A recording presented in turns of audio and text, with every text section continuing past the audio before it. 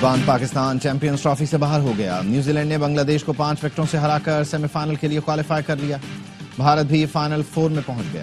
پاکستان اپنا آخری رسمی میچ بنگلہ دیش سے جمعرات کو کھیلے گا.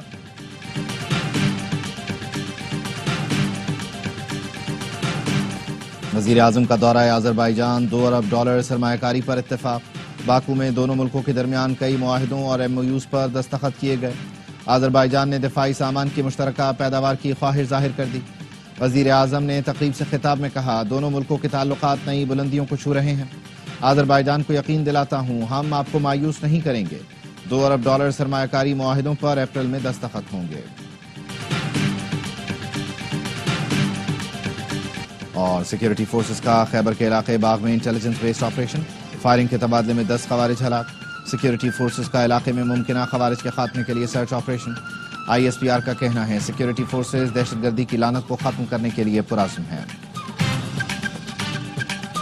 وزیر اعظم کا آذربائیجان میں پرتپاک استقبال. صدارتی محل پہنچنے پر شہباز شریف اور آذری صدر بغل گیر ہوئے. وزیر اعظم کو گارڈ آف آنر پیش کیا گیا. برف باری کے دوران چاق چوبند فوجی دستے نے شہباز شریف کو سلامی دی. دونوں ملکوں کے قومی ترانوں کی دھن بھی بجائی گئی. وزیر اعظم شہباز شریف نے کارا باغ کے شہیدوں کی یادگار فتح پر بھی حاضری دی. پھول رکھے اور شہیدوں کو خراج عقیدت پیش کیا.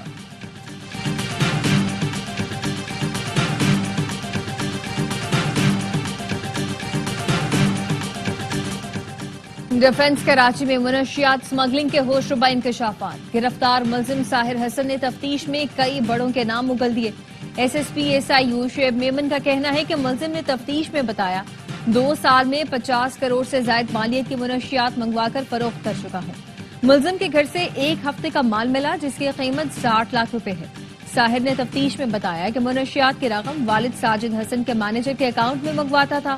ملزم نے بتایا کہ 5 سال سے ماڈلنگ، 13 سال سے ویٹ کا نشہ اور 2 سال سے منشیات فروخت کر رہا ہوں. منشیات کا مکمل بزنس سنیپ چیٹ پر تھا. کوریئر کمپنیوں کے ذریعے کروڑوں کی منشیات منگوائی. ملزم سے منشیات خریدنے والوں میں ہائی بزنس فیملیز اور شعبز شخصیات شامل. جوڈیشل مجسٹریٹ نے ملزم ساحر حسن کا 1 روزہ جسمانی ریمانڈ منظور کر لیا. ملزم سے مزید تفتیش جاری ہے.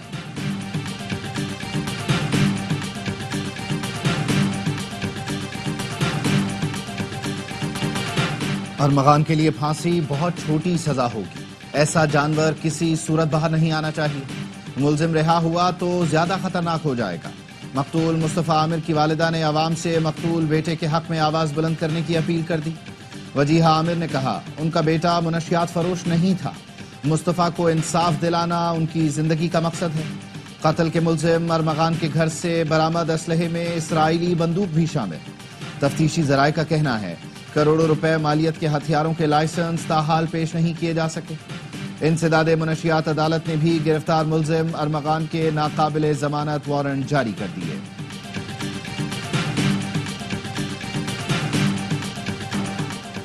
کیا سابق وزیر اعظم نے 9 مئی کے واقعات کی مذمت کی؟ کیا تحریری جواب میں مذمت کی گئی؟ جسٹس حسن اظہر رضوی کے سویلینس کے ملٹری ٹرائلز کے خلاف انٹرا کورٹ اپیلوں کی سماعت کے دوران سوالات. وکیل نے بتایا بانی PTI نے 9 مئی کی تحریری مذمت کی ہے. انہوں نے کہا ہے کہ جو ذمہ دار ہیں انہیں سزا دی جائے. مذمت کا مطلب یہ نہیں کہ بانی PTI سرکاری موقف تسلیم کرتے ہیں. جسٹس حسن اظہر رضوی نے ریمارکس دیے 1971 میں بھی فوجی تنصیبات پر حملے ہو رہے تھے. یہاں ایک سیاسی جماعت کسی لیڈر کے گھر، گورنر ہاؤس یا تھانے پر حملہ نہیں کر رہی. فوجی تنصیبات پر ایک ہی وقت میں مختلف شہروں میں حملے ہوئے.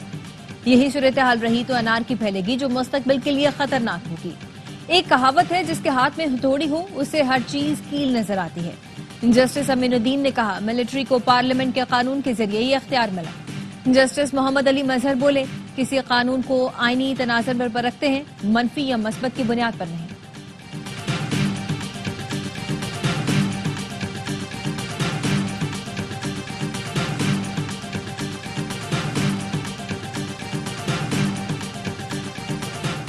رکن judicial commission Akhtar Hussain advocate مستعفی.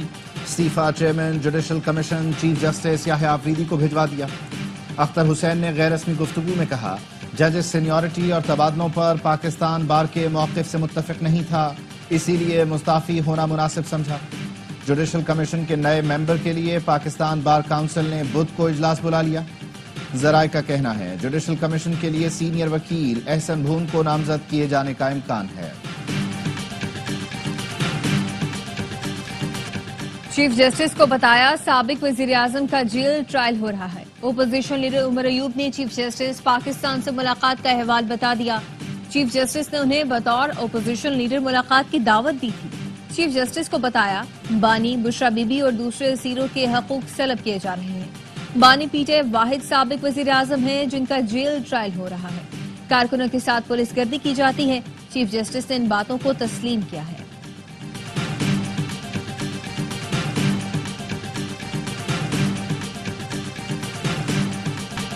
افغان جنگ کوئی جہاد نہیں تھا، وزیر دفاع خواجہ آصف کہتے ہیں 1971 میں اپنے اقتدار کو طول دینے کے لیے تاریخ کو مسخ کیا گیا، پھر 80 کی دہائی میں افغان جنگ میں شامل ہونے کے لیے تاریخ اور ہیروز کو بدلا، لیکن نہ وہ جنگ ہماری تھی اور نہ ہی وہ کوئی جہاد تھا۔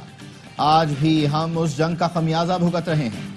خواجہ آصف اپنے شہر میں لگے اشتہاروں سے ناراض، کہا ڈاکٹروں کے اشتہار پرانی پنجابی فلموں جیسے ہیں۔ سیالکوٹ میں ایک لیڈی ڈاکٹر کا اشتہار دیکھ کر شرم آئی، انتظامیہ کو بول کر وہ اشتہار ہٹوایا۔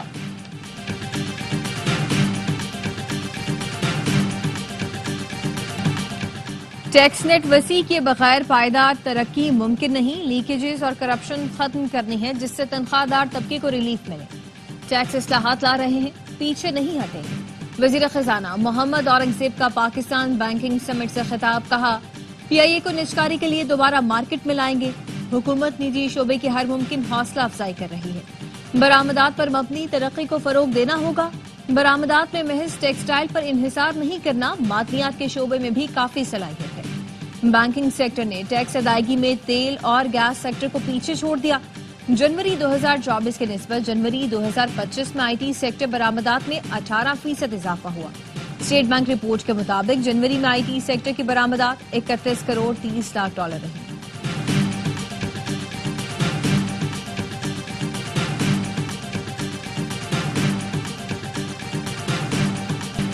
کراچی نیٹی جیٹی پل پر تیز رفتار ٹریلر نے مزید 2 افراد کی جان لے لی۔ ٹریلر کی کار، رکشہ اور موٹر سائیکل کو ٹکر، کار پل سے نیچے جا گری۔ صنعتکار باپ اور بیٹا جان بحق، ایک بیٹا زخمی ہو گیا۔ رکشے میں سوار شخص بھی زخمی ہوا۔ سائٹ ایسوسی ایشن کا حادثے پر سخت رد عمل، بیان میں کہا گورنر اور وزیر اعلیٰ ہنگامی اجلاس بلائیں۔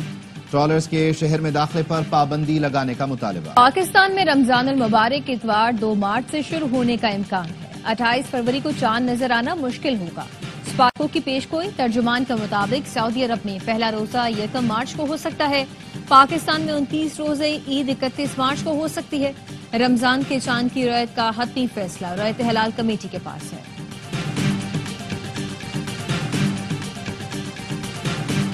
وزیر اعلیٰ پنجاب کی میزبانی میں لاہور میں ہارس اینڈ کیٹل شو کی اختتامی تقریب۔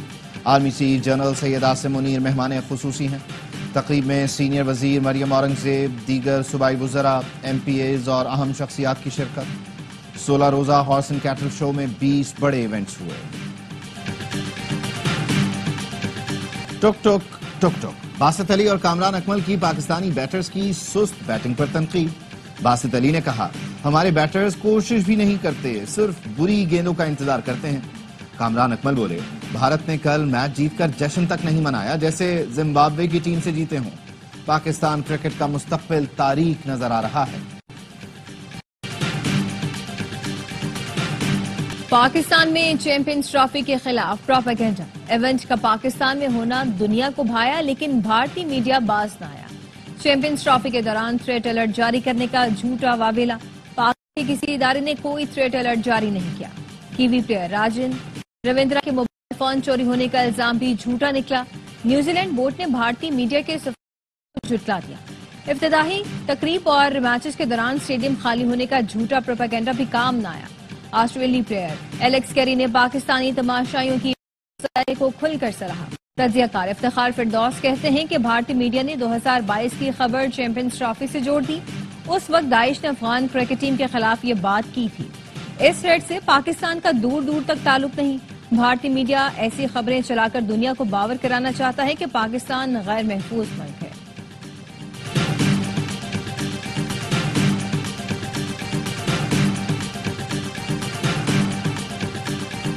کرکٹ کا سب سے بڑا شو ہر لمحہ پرجوش. آج مہمان بنیں گی اداکارہ سونیا حسین. وسیم بادامی کریں گے معصومانہ سوالات. باسط علی اور کامران اکمل کے جاندار تجزیے اور تبصرے.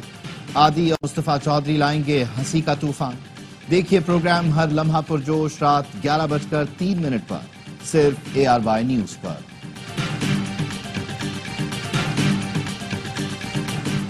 اسلام آباد ایئرپورٹ کا نام بے نظیر بھٹو انٹرنیشنل ایئرپورٹ رکھا جائے. گورنر KP نے صدر اور وزیر اعظم کو خط لکھ دیا. کہا 21 جون 2008 کو وزیر اعظم نے ایئرپورٹ کا نام بے نظیر بھٹو ایئرپورٹ رکھنے کا اعلان کیا تھا. مقصد ملک و قوم کے لیے جان کا نذرانہ دینے پر بے نظیر بھٹو کو خراج عقیدت پیش کرنا تھا. عوام کے مطالبے پر درخواست کرتا ہوں متعلقہ حکام کو ضروری ہدایات جاری کی جائیں.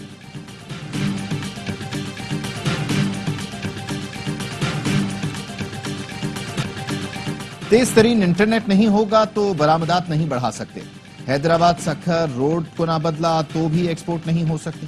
وزیر اعلیٰ سندھ مراد علی شاہ کہتے ہیں شاہراہ بھٹو کو کورنگی سے لے کر M9 تک ملائیں گے. اس سے پورے ملک کو فائدہ ہوگا. برآمدات میں اضافہ ہوگا. شاہراہ بھٹو رواں سال کے آخر تک مکمل کریں گے. اڑان پاکستان پروگرام کو ہم نے آگے لے کر جانا ہے.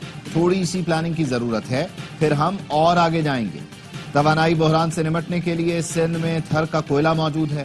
ملک کا بڑا مسئلہ بڑھتی آبادی ہے, اسے کنٹرول کرنا ہوگا.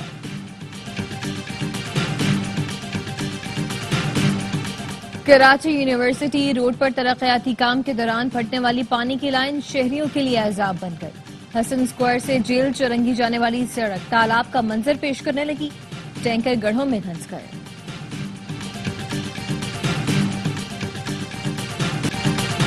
جماعت اسلامی کا رمضان کے بعد بڑی تحریک شروع کرنے کا اعلان.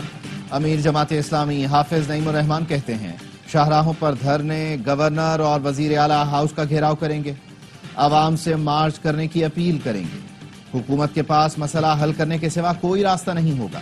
بجلی اور گیس کے بلوں سے غیر ضروری ٹیکس ختم ہونے چاہیے.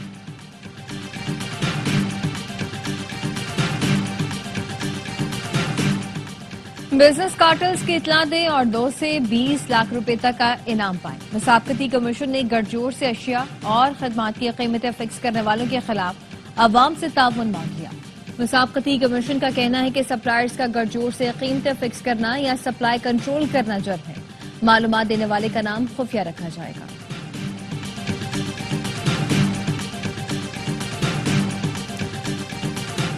PTI کے روپوش رہنما میاں اسلم اقبال کے ڈیرے سے ملنے والی لاش کی شناخت نہ ہو سکی.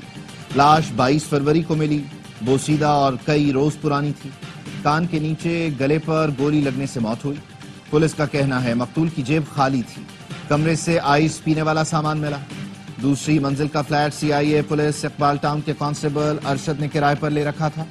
3 ہفتوں سے غائب کانسٹیبل ارشد بھی آئس کا نشہ کرتا تھا اور جھگڑالو تھا. فیملی تعاون کر رہی ہے, جلد ارشد تک پہنچ جائیں گے. GDRFA نے ویزے کی تیز اور آسان تجدید کے لیے مصنوعی ذہانت سے چلنے والا ڈیجیٹل پلیٹ فارم سلامہ لانچ کر دیا. تقریب دبئی میں GDRFA کے ہیڈ کوارٹرز میں ہوئی. سلامہ میں AI الگوریدم کے تحت 20 سیکنڈ میں ویزے کی تجدید کی جا سکے گی.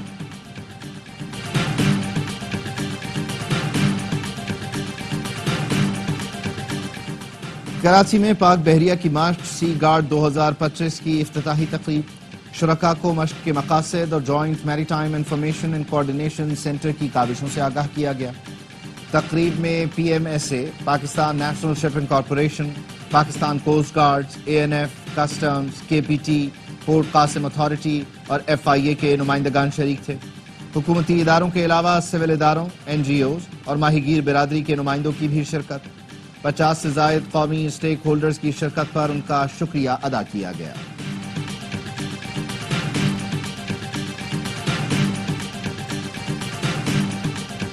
بارش اور برفباری کا نیا اسپیل آج شام ملک میں داخل ہوگا. محکمہ موسمیات کے مطابق مغربی ہواؤں کے زیر اثر پنجاب, KP اور اسلام آباد میں بارش اور ژالہ باری کا امکان ہے.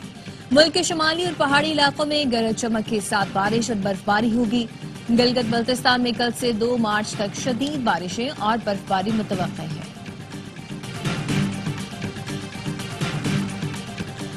اسرائیلی وزیر اعظم جنگ بندی معاہدہ سے متاثر کرنے کے لیے گھناؤنا کھیل کھیل رہے ہیں. حماس نے اسرائیلی جیلوں میں قید فلسطینیوں کی رہائی تک اسرائیل سے مذاکرات سے انکار کر دیا. حماس رہنما باسم نعیم کا کہنا ہے کہ معاہدے کے مطابق طے شدہ 620 فلسطینیوں کی آزادی تک مذاکرات نہیں ہوئی.